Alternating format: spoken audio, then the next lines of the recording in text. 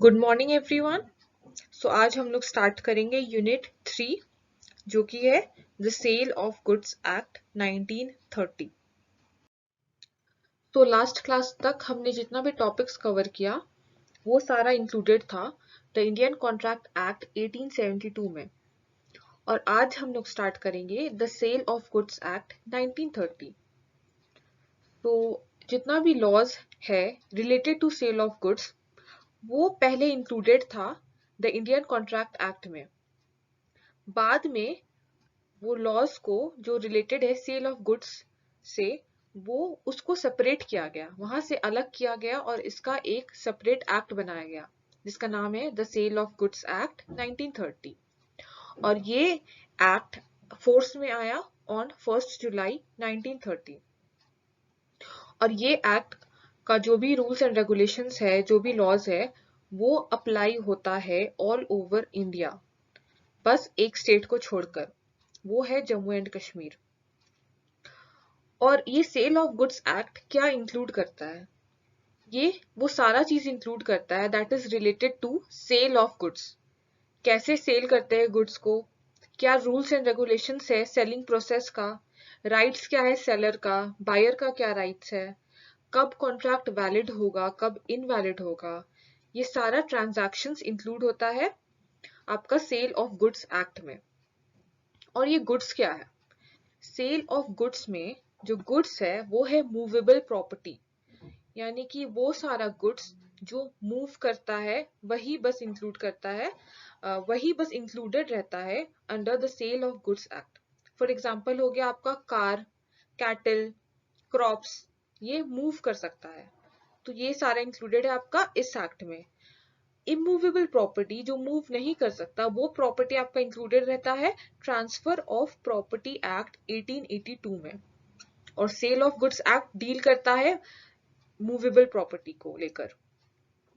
So section 4 subsection 1 of the sale of goods act contract of sale of goods को इस तरीके से define करता है कि contract of sale of goods क्या होता है।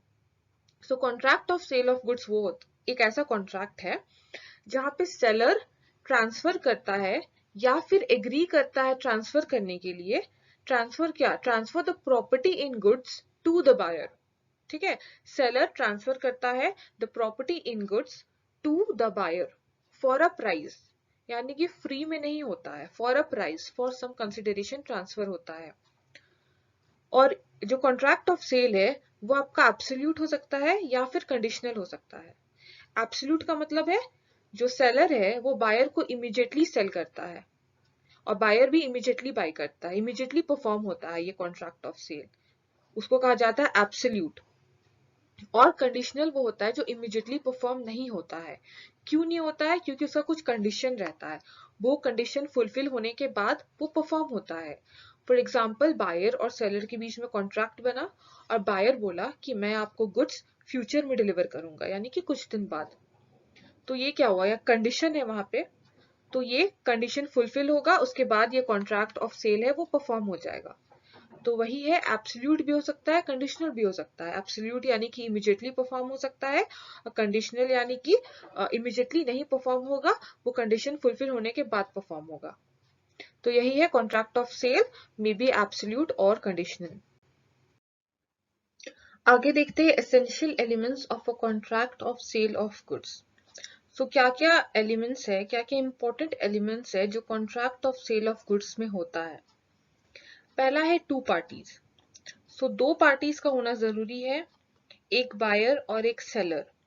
एक इंसान खुद ही खरीद या बेच नहीं सकता है, तो एक बायर होता है जो गुड्स खरीदता है और एक सेलर होता है जो गुड्स को बेचता है। और इसमें अगर कोई फर्म है और उसमें पार्टनर्स है या फिर जॉइंट ओनर्स है, और डिसोल्यूशन के टाइम उन लोग अगर प्रॉपर्टी जो है वो डिस्ट्रीब्यूट कर रहे हैं खुद में म्यूचुअल एग्रीमेंट में, तो वो सेल में नहीं आएगा, वो कॉन्ट्रैक्ट ऑफ सेल के अंडर नहीं आएगा। दूसरा है ट्रांसफर ऑफ प्रॉपर्टी। सो इसमें ट्रांसफर ऑफ ओनरशिप होता है from seller to buyer. Seller पहले ओनर रहता है गुड्स का, जब सेल होता है contract of sale, seller goods देता है अपना बायर को, बायर बदले में उसको मनी देता है, पेमेंट करता है। तो सेलर गुड्स के साथ ओनरशिप भी ट्रांसफर करता है, अब बायर ओनर हो जाता है वो गुड्स का। तो वही होता है ट्रांसफर ऑफ प्रॉपर्टी।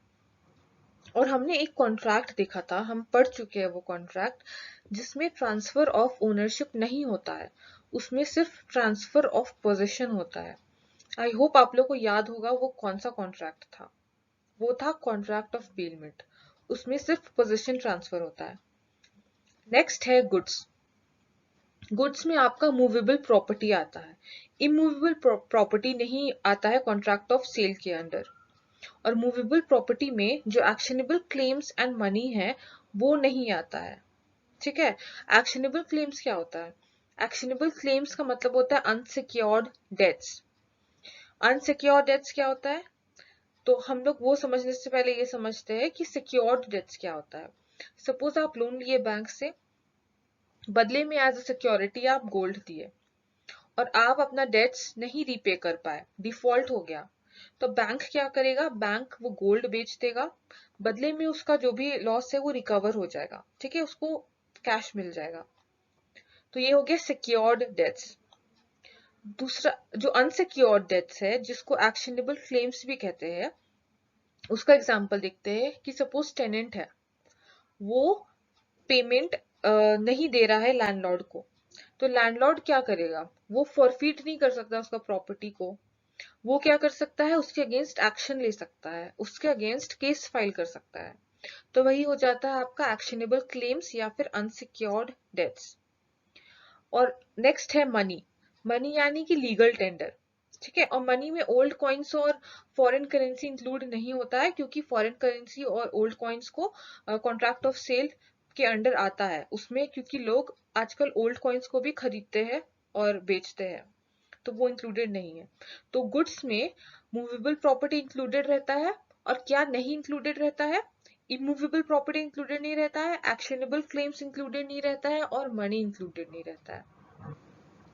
आगे देखते हैं, गुड्स तीन टाइप का होता है, एग्जिस्टिंग गुड्स, फ्यूचर गुड्स और कंटिंजेंट गुड्स। एग्जिस्टिंग गुड्स क्या होता है?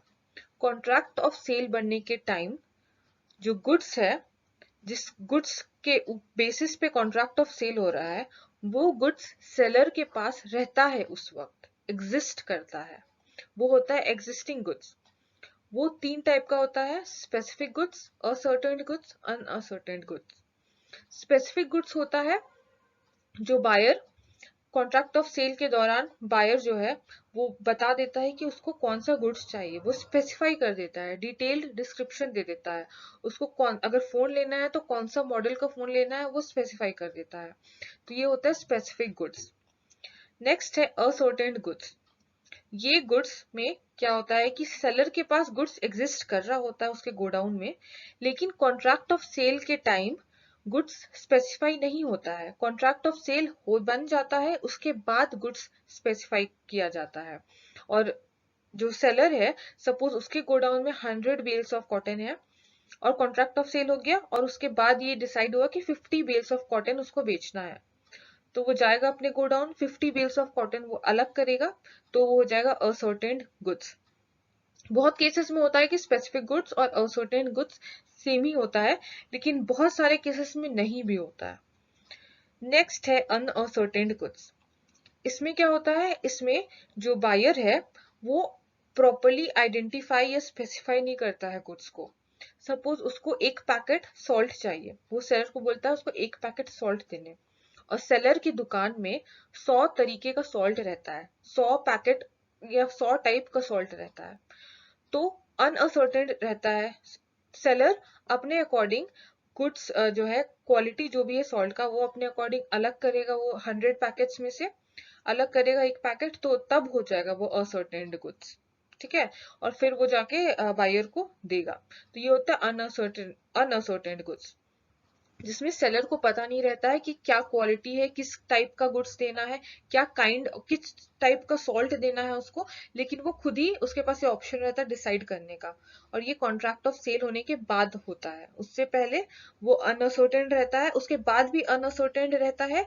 लेकिन जब सेलर के पास ये ऑप्शन रहता है कि उसको असर्टेन करे, जब वो पैकेट अलग कर लेगा सॉल्ट का बाकी पैकेट्स में से, तब हो जाएगा असर्टेन्ड गुड्स। नेक्स्ट है फ्यूचर गुड्स। फ्यूचर गुड्स यानी कि जो सेलर है उसके पास जब कॉन्ट्रैक्ट ऑफ सेल हो रहा है उस टाइम वो गुड्स उसके पास एग्जिस्ट नहीं कर रहा होता है। वो गुड्स फ्यूचर में या तो प्रोड्यूस होगा या तो मैन्युफैक्चर होगा। फॉर एग्जाम्पल सेलर बायर को चाहिए क्रॉप्स ऑफ व्हीट और सेलर के फार्म में उस टाइम नहीं ग्रो किया हुआ है क्रॉप्स ऑफ व्हीट, वो बाद में ग्रो करेगा, तो ये हो जाता है फ्यूचर गुड्स। नेक्स्ट होता है कंटिंजेंट गुड्स।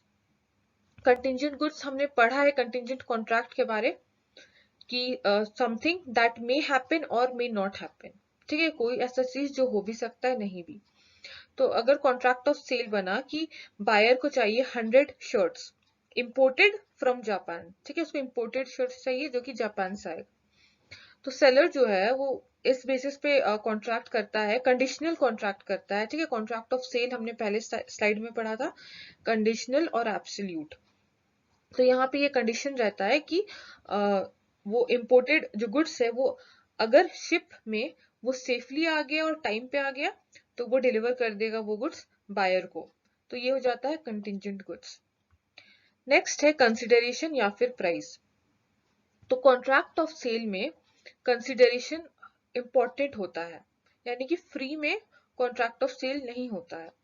सेलर गुड्स दे रहा है, बदले में उसको प्राइस मिलता है, बायर प्राइस देता है। और यहाँ पे बार्टर सिस्टम भी नहीं होता है।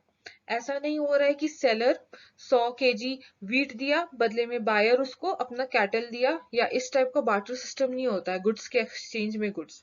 यहाँ पे गुड्स के एक्सचेंज में प्राइस देना जरूरी है, वही होता है कंसिडरेशन। अब प्राइस कैसे फिक्स किया जाता है वो भी हम लोग पढ़ेंगे नेक्स्ट क्लास में। नेक्स्ट है essential elements of a valid contract. तो क्या क्या एसेंशियल एलिमेंट्स है होता है वैलिड कॉन्ट्रैक्ट का, ये हम लोग ने पहले यूनिट में पढ़ चुका है, ठीक है। क्या क्या एसेंशियल एलिमेंट्स होता है, consideration, capacity to contract, free consent, ये सारा चीज होना जरूरी है। और भी चीजें, ऑफर एंड एक्सेप्टेंस, ठीक है, जो भी वैलिड कॉन्ट्रैक्ट का एसेंशियल एलिमेंट्स है वो कॉन्ट्रैक्ट ऑफ सेल में होना जरूरी है, नहीं हुआ तो वो इनवैलिड हो जाएगा।